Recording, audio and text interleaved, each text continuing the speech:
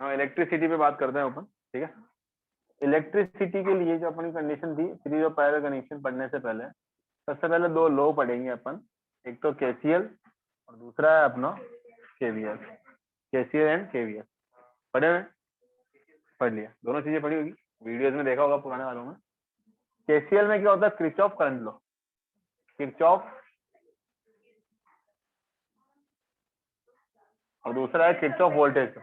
सुनो, ठीक है। हाँ इसकी स्पेलिंग यही है, सबसे बड़ी गलती इसकी स्पेलिंग में होती है, किरचॉफ की सही स्पेलिंग है, ठीक है ना। देखो किरचॉफ करंट लॉ, इसका कहने का मतलब क्या, ये लगता है जहां पर ब्रांचेज फेल रही है, मतलब एक ब्रांच दो ब्रांच अलग अलग जा रही है आउटगोइंग इनकमिंग के हिसाब से। जैसे हमारे पास सर्किट हम देखेंगे बहुत सारे,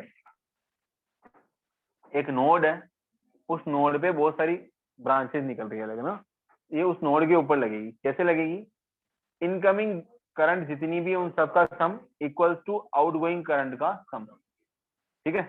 इसको दो तरीके से रिप्रेजेंट कर सकते हैं किरचॉफ करंट लॉ को हम लोग, कैसे हैं देखो, जैसे मैं I1 I2 I3 I4 I5 I6 और I7 के नाम से इनको रिप्रेजेंट कर रहा हूँ, तो ये क्या लो दिखाएगा, इसका दो तरीके से लो है। एक तो होता है law sum of all algebraic current is equals to zero, पहला लो का फॉर्मेट तो है ये, sum of all algebraic current will be zero, और सेकंड है incoming current, sum of incoming current equals to sum of outgoing current. दोनों तरीके से रिप्रेजेंट कर सकते हैं, बेस्ट ऑप्शन है सेकंड वाला लिखना। समझा देता हूँ, सम ऑफ इनकमिंग, इनकमिंग का मतलब इस पॉइंट पे अंदर आने वाली कौन कौन सी है, I1 I3 और I2। तो I1 plus I2 plus I3 किसके इक्वल आएगी, I4 5 और 6 7 बाहर जा रही है, तो इनके सम के इक्वल 4 प्लस 5 प्लस 6 प्लस 7, ठीक है। ये होगा Kirchhoff current, clear. Algebraic sum का मतलब मैंने क्या बोला वो भी समझ लो, एल्जेब्रिक सम क्या होता है, एल्जेब्रिक सम का सिस्टम क्या होता है, हम एक रेफरेंस डायरेक्शन लेते हैं, उसके अपोजिट अगर कोई डायरेक्शन जा रही तो क्या होगी, नेगेटिव लेंगे।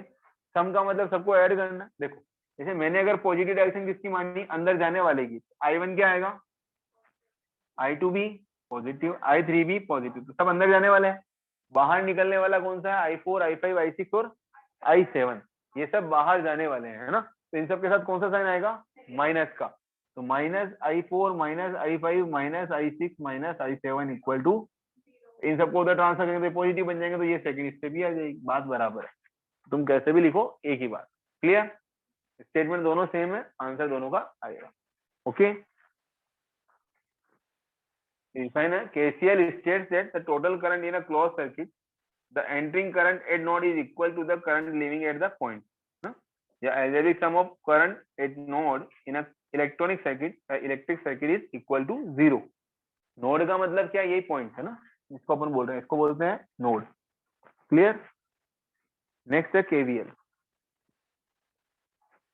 नेक्स्ट है केवीएल, केवीएल है किरचॉफ वोल्टेज, वोल्टेज लॉ में क्या होता है, किरचॉफ वोल्टेज लॉ कहाँ अप्लाई होता है, जहां पर सर्किट क्या हो, क्लोज हो, क्लोज सर्किट, मतलब पूरा पैक एक तरीके से, वहां पर लगता है Kirchhoff voltage law. Voltage law कैसे लगता है समझ लो, देखो एल्जेब्रिक सम इन सबका भी क्या होगा, equal to zero, algebraic sum of voltage equal to zero. अब वोल्टेज का नहीं, किसका है, वोल्टेज ड्रॉप का, sum of algebraic sum of voltage drop equals to zero. कैसे होगा, इस बैटरी का वोल्टेज जैसे माना V है, मैं डायरेक्शन किसकी लूंगा, इसके अकॉर्डिंग पॉजिटिव चलती है, मैंने पॉजिटिव अकॉर्डिंग डायरेक्शन मानी, जो लीविंग नोड है वो हमेशा काउंट होएगा। अब इसके अंदर भी लीविंग नोड कौन सा काउंट हुआ है, पॉजिटिव, तो V क्या आया, पॉजिटिव। माना कि यहाँ पे रेजिस्टेंस R1 है, इसका कितना V1, यहाँ वोल्टेज ड्रॉप कितना है V2, इस पॉइंट से इस पॉइंट के बीच में, इस पॉइंट से इस पॉइंट के बीच में है, बाकी वोल्टेज ड्रॉप होएगा ही नहीं कहीं पे, क्योंकि कुछ है ही नहीं रास्ते में। स्विच लगाना होता लगा लो, कोई दिक्कत नहीं। स्विच का सिंबल ऐसे भी बनता है, ये इसके अंदर अगर डॉट ही नहीं लगा हुआ, मतलब क्या है, स्विच ओपन है, मतलब करंट फ्लो नहीं हो रही है। पॉइंट लगाते क्या हो गया, स्विच क्लोज, मतलब बंद हो गया, स्विच चालू हो गया, स्विच क्लोज का मतलब स्विच चालू हो चुका है, ऑन मतलब करंट फ्लो होना चालू हो गई, क्लियर। अब यहाँ पे क्या आया, लिविंग नोड, हमेशा लिविंग नोड कैसा होता है, रेजिस्टेंस का जो स्टार्टिंग नोड होता है वो पॉजिटिव, बाद वाला नेगेटिव काउंट होता है, नेगेटिव वाला काउंट किया जाएगा, क्या आएगा V। अगर मैं एल्जेब्रिक सम के फॉर्मेट में लिख रहा हूं तो कैसे लिखूंगा, प्लस का V, माइनस का V1 फिर माइनस का V2 इक्वल टू 0। तो V किसके इक्वल आ गया? V1 plus V2। और सीधा समझाऊंगा वोल्टेज लो के अकॉर्डिंग तो क्या कहूंगा, जो अप्लाइड वोल्टेज है वो किसके इक्वल होगा? इनके अंदर वोल्टेज ड्रॉप के सम के इक्वल। V वोल्टेज अप्लाई किया, किसके इक्वल आएगा? इन दोनों के वोल्टेज ड्रॉप के सम के, V1 प्लस V2। तो V equal to V1 plus V2 सीधा लिख सकते हैं। क्लियर? कोई डाउट? वो इक्वल ही आएगा। तो पॉइंट क्या है, पैरेलल में वोल्टेज सेम रहता है। अगर मैं इस पॉइंट से इस पॉइंट के बीच में वोल्टेज देखूंगा तो जितना वोल्टेज यहाँ आ रहा है उतने वोल्टेज मिक्स होके यहाँ आएगा। V वोल्टेज इस पॉइंट के और इस पॉइंट के बीच में कितना वोल्टेज है? V। इस वाले का भी कितना आएगा? अपने आप ही V आएगा। ठीक है, पैरेलल में वोल्टेज सेम होता है। अभी समझाऊंगा सर पैरेलल कनेक्शन। ठीक है, पैरेलल कनेक्शन में वोल्टेज क्या होता है? सेम होता है। ठीक है, केवीएल का स्टेटमेंट देखो। केवीएल का स्टेटमेंट है तुम्हारे पास में, मैं एक बार स्टेटमेंट बोल देता हूँ। The algebraic sum of voltage is in a closed circuit is equal to 0. Okay, clear? The algebraic sum of voltage in a closed circuit is 0. Clear? Next आ गया तुम्हारे पास सीरीज एंड पैरेलल कनेक्शन। अब resistance के series और parallel connection कैसे होते हैं समझाता हूँ। जैसे मेरे पास रेजिस्टेंस हुआ है, ठीक है, बहुत सारे रेजिस्टेंस है। सीरीज और पैरेलल कनेक्शन क्या होते हैं समझना। दो आदमी, अपन समझते हैं आदमियों और लड़कों बच्चों के हिसाब, ठीक है। चेन समझी? चेन, चेन कैसे होती है? पहले वाले का हाथ दूसरे वाले ने पकड़ लिया, दूसरे का हाथ फिर तीसरे ने पकड़ लिया आगे से आगे। मतलब मैंने जिसका हाथ पकड़ा तो मेरा हाथ दूसरा दूसरा आदमी पकड़ेगा, फिर उसने मेरा एक हाथ पकड़ लिया, उसका एक हाथ काउंट हो गया, फिर दूसरा हाथ कौन पकड़ेगा? कोई और पकड़ेगा। ये चेन कैसी बनी? सीरीज, आगे से आगे जुड़ गए। और अगर ये सिस्टम ऐसे करे, मेरे आगे कोई खड़ा हो गया, फिर उसके आगे कोई खड़ा हो गया, फिर उसके आगे कोई खड़ा हो गया, सब क्या आ रहे हैं? एक ही सीध में आ रहे हैं, और सबके हाथ जोड़ दिए आपस में, किसमें हो गए? पैरेलल में।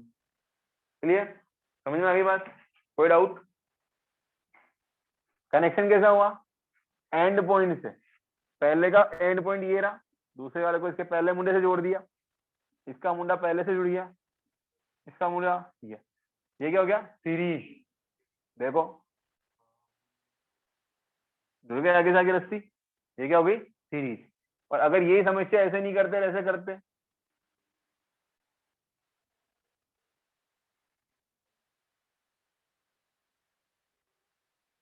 देखो ये है मुंह, इसका पहला मुंडा इसके पहले से, इसके पहले से, इसके पहले से, इधर का सेकंड सेकंड सेकंड, ये क्या हो गया? सीधी चढ़ो। ठीक है, सीधी चढ़ने का मतलब पहले। ये बात समझ में क्लियर? कोई डाउट? तो ये हो गया सीरीज और पैरेलल कनेक्शन। ये तो हो गया अपनी देसी लैंग्वेज समझने की। अब लिखेंगे कैसे, वो मैटर में है ना। एग्जाम में ऐसे लिखोगे समझ दो। when two resistors are connected end to end consecutively, when two resistors are connected end to end consecutively, they are called in series. And when the two resistors are connected between the two same points, they are said to be parallel. Language के according समझाता हूँ। And से and, फिर and से अगले वाले का and, फिर इसका एंड से अगले वाले का एंड, क्या बन गया एक तरीके से? ये सीरीज। पहले का एंड दूसरे से, दूसरे का एंड तीसरे से, तीसरे का एंड चौथे से, क्या बन गया? सीरीज। और सबका एंड पॉइंट सेम पॉइंट से जोड़ दो, ये एक पॉइंट, ये दूसरा पॉइंट, इसको भी इससे जोड़ दिया, इसको भी इससे, इसको भी इससे, सब जुड़ गए। ये क्या हो गया? Parallel connection. क्लियर? कोई डाउट सीरीज और पैरेलल में? अब सीरीज और पैरेलल कनेक्शन की चीज समझाता हूँ तुम्हारे को, कि सीरीज कनेक्शन में क्या होता है और पैरेलल कनेक्शन में क्या होता है। देखना, अभी हमने केसीएल और केवीएल पढ़े, पढ़े कि नहीं पढ़े? पढ़े। देख,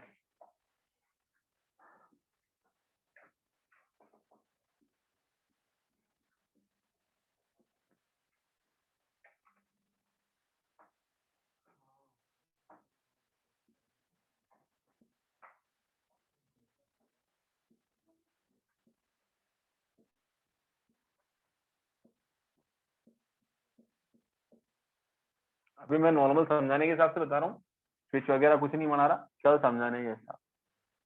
ठीक है, देखो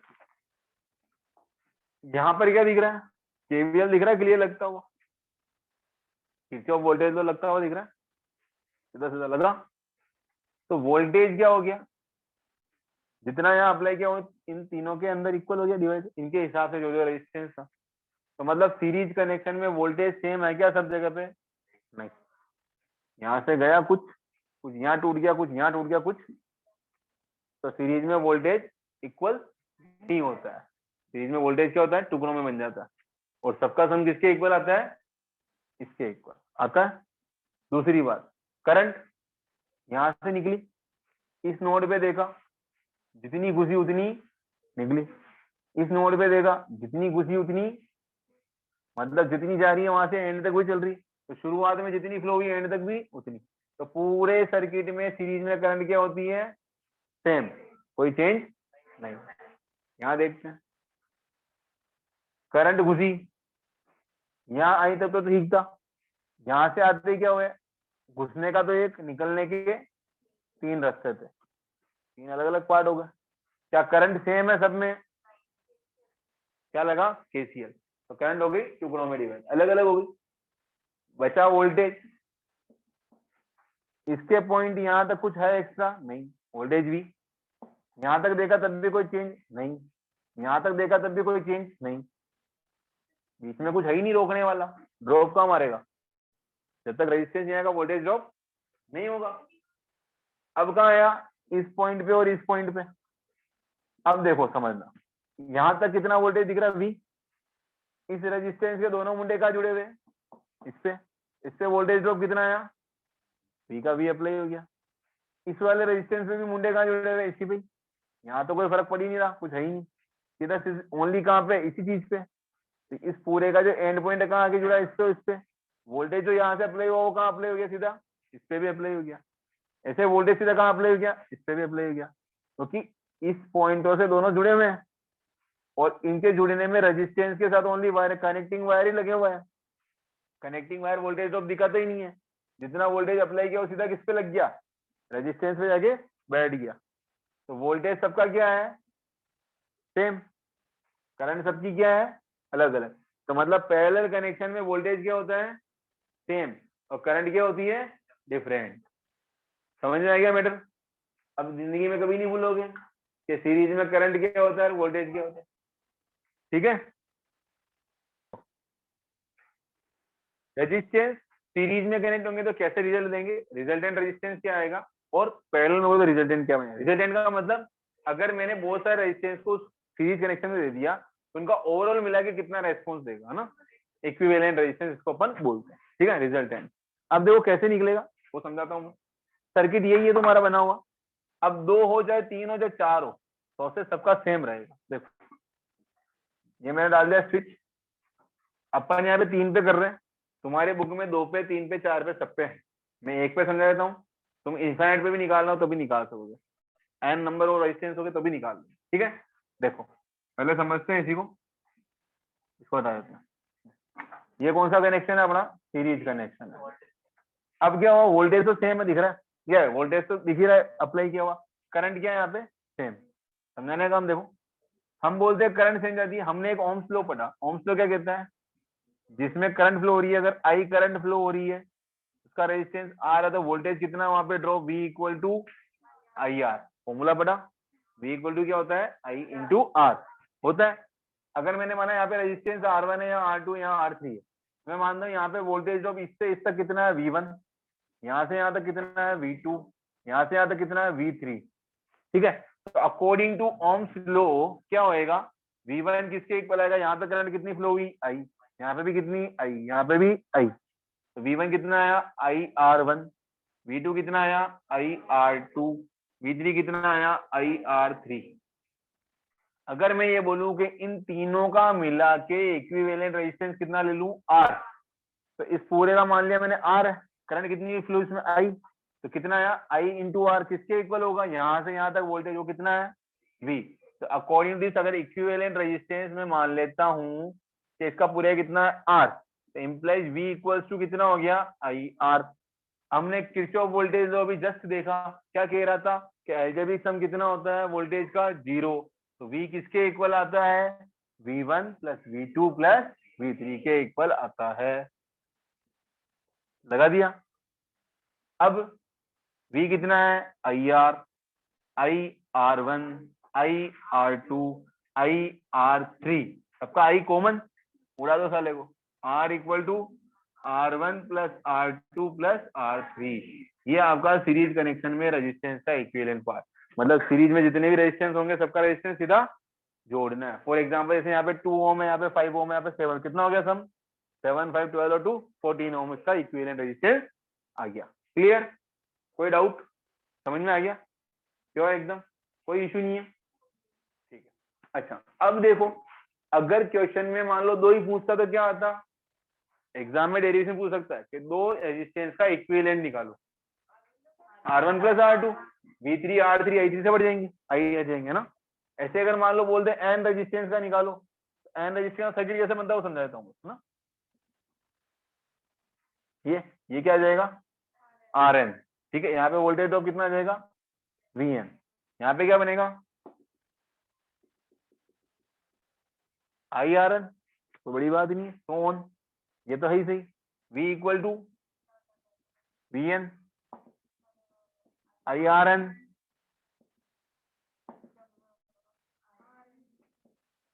ये हो गया मतलब, ठीक है। एक और चीज नहीं, अगर ये बोलता है n नंबर ऑफ रेजिस्टेंस है, नंबर ऑफ रेजिस्टेंस जो है n है, और सभी क्या है इक्वल, ऑल आर इक्वल, तो उस केस में इक्विवेलेंट रेजिस्टेंस सीधा कितना आएगा, n इंटू आर 1, जो भी रेजिस्टेंस की वैल्यू दे रखी, तो इक्विवेलेंट रेजिस्टेंस। अब इक्विवेलेंट रेजिस्टेंस को बेटा देखो, मैंने इक्विवेलेंट रेजिस्टेंस यहाँ लिखा ना R से कैपिटल, यहाँ तो R1 R2 R3 थे, अगर यहाँ पे समझाऊंगा तो केवल R वैल्यू लिखा ना, तो R इक्वल टू NR मत लिखना। ये इक्विवेलेंट रेजिस्टेंस का वैसे सिंबल क्या होता है, R equivalent, R equivalent, R equivalent, EQ, ठीक है। एक और चीज, बहुत सारी जगहों पे सीरीज पैरेलल चलेगा, तो यहाँ पे ये R सीरीज को क्या दिखाएगा, RS के नाम से भी दिखा सकता है। सीरीज में क्या दिखाएगा RS, और पैरेलल में क्या लिखेगा, इक्विवेलेंट को RP, ठीक है।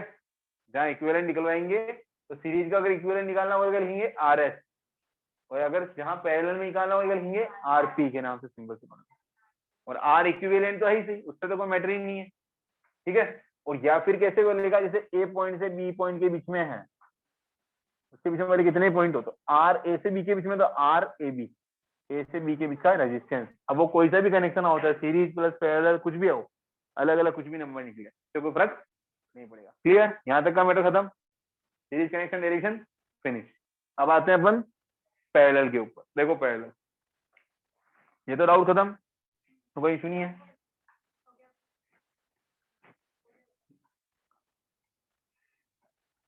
इनकी जो थ्योरी है कनेक्शंस की, वो आप लोग देख के लिखें कि भाई सर्किट बनाएंगे, लिखेंगे कि R1 R2 R3 in resistance को अपन ने सीरीज में कनेक्ट किया, बैटरी वोल्टेज सोर्स V से एक स्विच लगाया, स्विच को ऑन किया, करंट फ्लो होना चालू हुई, वगैरह वगैरह सारा डिस्क्रिप्शन आपको लिखना है। ये थ्योरी आपको लिखनी ही पड़ेगी, तो ये थ्योरी आप आराम से बुक से पढ़े, कोई दिक्कत वाली बात नहीं है। मेन समझाने का काम हो गया। अब आता है अपना पैरेलल कनेक्शन। पैरेलल कनेक्शन देखो, इसमें भी 3 ले लेता हूँ। देखो यूं ले हो तो भी कोई इशू नहीं, टेढ़ी ले हो तो भी तुम्हारी मर्जी, जैसे तुम्हारे जैसे, ठीक है, जैसा तुम्हें सुंदर लगे अपने अपने हिसाब से बना सकते हैं, इसमें कोई दिक्कत वाली बात नहीं, ठीक है। ये हो गया, ये बैटरी का सोर्स वोल्टेज, एक स्विच, ये मैटर करता, ये तो वोल्टेज V, ठीक है। वोल्टमीटर, वोल्टमीटर और एमीटर के लिए वो तो वेट, हाँ लगाना चाहो तो लगा दो, बट अपन तो काउंटिंग करा रहे हैं ना पर्टिकुलर, कि वोल्टेज यहाँ से यहाँ का नाप रहे हैं V पूरा ऐसे, ठीक है। हम यहाँ पे करंट I1 I2 I3 लिख रहे हैं, इसलिए हम योगी ओम से एक्सपेरिमेंट थोड़ी दिखा रहे हैं, अपन तो कैलकुलेशन दिखा रहे हैं, इस वजह से। अगर लगाना चाहो तो लगाओ ना, बोले यहाँ पे I1 की जगह ऐसा ए लगा दो, एक एमीटर, ये काउंट क्या करेगा I1, कोई दिक्कत नहीं है। तो सीरीज ही हो गया ना, इस ब्रांच के लिए तो ये सीरीज में मेजर करने, इस ब्रांच में करंट मेजर करने के लिए क्या करेगा, मेरे को इस लाइन में करंट मेजर करनी है, इस लाइन की क्या हो गया सीरीज में, अगर यूं लगा दूंगा तो क्या आएगा पैरेलल में, तो एमीटर सीरीज में कब जाएगा, इस लाइन के सीरीज में, तो इस लाइन के सीरीज में। ठीक है, वोल्टेज मेजर करना है इस लाइन के में, तो यहाँ पे लगाऊंगा वोल्टमीटर। अब ये क्या करेगा, सबका वोल्टेज सेम ही निकलेगा, क्यों देखो इसके ऊपर जितना है, इस पॉइंट से इस पॉइंट में कोई डिफरेंस नहीं, जितना यहाँ आ रहा है उतना ही राउंड करेगा, इस पॉइंट से इस पॉइंट के बीच में रेजिस्टेंस ही तो है, इन दोनों के बीच में कोई डिफरेंस है क्या पॉइंटों के बीच में, नहीं है, तो जितना वोल्टेज ड्रॉप यहाँ है उतना ही वोल्टेज ड्रॉप यहाँ पे भी है, मतलब सेम इसके ऊपर आ गया, सेम टू सेम कहाँ आ गया, इस पे भी आ गया, क्योंकि इन दोनों के बीच में भी कुछ नहीं है, तो इसलिए क्या बोलेंगे सबका वोल्टेज क्या है सेम, किसका रेजिस्टेंस भले सबका अलग हो बट वोल्टेज सबका सेम आएगा, क्योंकि मैंने क्या बोला पॉइंट के ऊपर चलते हैं, इस पॉइंट से इस पॉइंट के बीच में कुछ नहीं है, मतलब यहाँ पे भी वोल्टेज उतना ही जितना यहाँ पे भी वोल्टेज उतना ही जितना यहाँ पे, ये वोल्टेज किसके ऊपर आ रहा है सेम इस रेजिस्टेंस के ऊपर, वोल्टेज वही दिखेगा, सोचना नहीं पड़ेगा, यहाँ पे वोल्टेज वही दिखेगा, डिफरेंस किसका आएगा करंट का, डिफरेंस किसका आएगा करंट का, क्योंकि ओम्स लॉ क्या कहता है V equal to I R, अब वोल्टेज यहाँ सेम है बट रेजिस्टेंस सबका क्या है अलग अलग, इसलिए करंट सब में क्या फ्लो होगी अलग अलग, क्योंकि हमने क्या बोला V equal to I R, V constant, तो करंट का रिलेशन क्या हो गया I प्रपोर्शनल टू 1/R, जहाँ रेजिस्टेंस कम है वहाँ करंट ज्यादा होगी, तो ये जो करंट बाहर से आने वाली है वो सब टुकड़ों में उस हिसाब से डिवाइड हो जाएगी, अगली बात समझ में। अब यहाँ पे कैसे लिखेंगे, देखो मैंने हमारा टोटल करंट कितनी फ्लो हुई I, इनकमिंग कितनी हुई I की, आउटगोइंग कितनी हो गई I1 I2 और I3, ठीक है, तो I equals to I1 plus I2 plus I3, incoming equals to outgoing. आगे देखते हैं वोल्टेज कितना मेजर किया हर एक ने, V, R1 R2 R3, current की निकालनी पड़ेगी वैल्यू, तो I1 कितना आया V upon R1, I2 V upon R2, I3 V upon R3, ठीक है। और अगर मैं ओवरऑल बात करूं तो मैं इक्विवेलेंट रेजिस्टेंस कितना मान लेता हूं इसका पूरे का मिला के R इक्विवेलेंट, इसको पैरेलल लिखो तो RP भी लिख सकते हो, ठीक है, तो क्या आया R इक्विवेलेंट, I की वैल्यू कितनी आ गई V अपॉन R इक्विवेलेंट, रखा इसमें V upon R equivalent equals to V upon R1, V upon R2, V upon R3, ऊपर सबका V है काट दो, ऊपर क्या बचा 1, R equivalent 1 upon R1, 1 upon R2, 1 upon R3। अब सेम केस, ये तो हो गया 3 के लिए, अगर ज्यादा लगा रही है ब्रांचेस n, तो यहाँ पे भी क्या आ जाएगा n, ठीक है, ये भी क्या आ जाएगा n, ये भी क्या आ जाएगा n। और दूसरी चीज, अगर अब इक्विवेलेंट रेजिस्टेंस की बात कर रहे हो तो 1 अपॉन R इक्विवेलेंट ऐसे निकल गया, एक और नया किस्सा आता है साहब, वो क्या आता है देखो समझो, यहाँ तक तो ठीक था, अब क्या आता है वो समझना, कि अगर n इक्वल रेजिस्टेंस है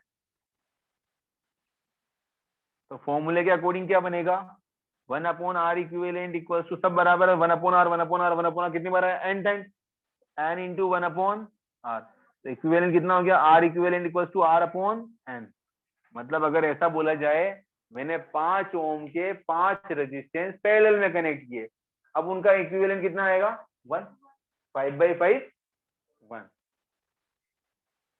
10 ओम के 5 रेजिस्टेंस पैरेलल में कनेक्ट करके इक्विवेलेंट 2, 10/5 2,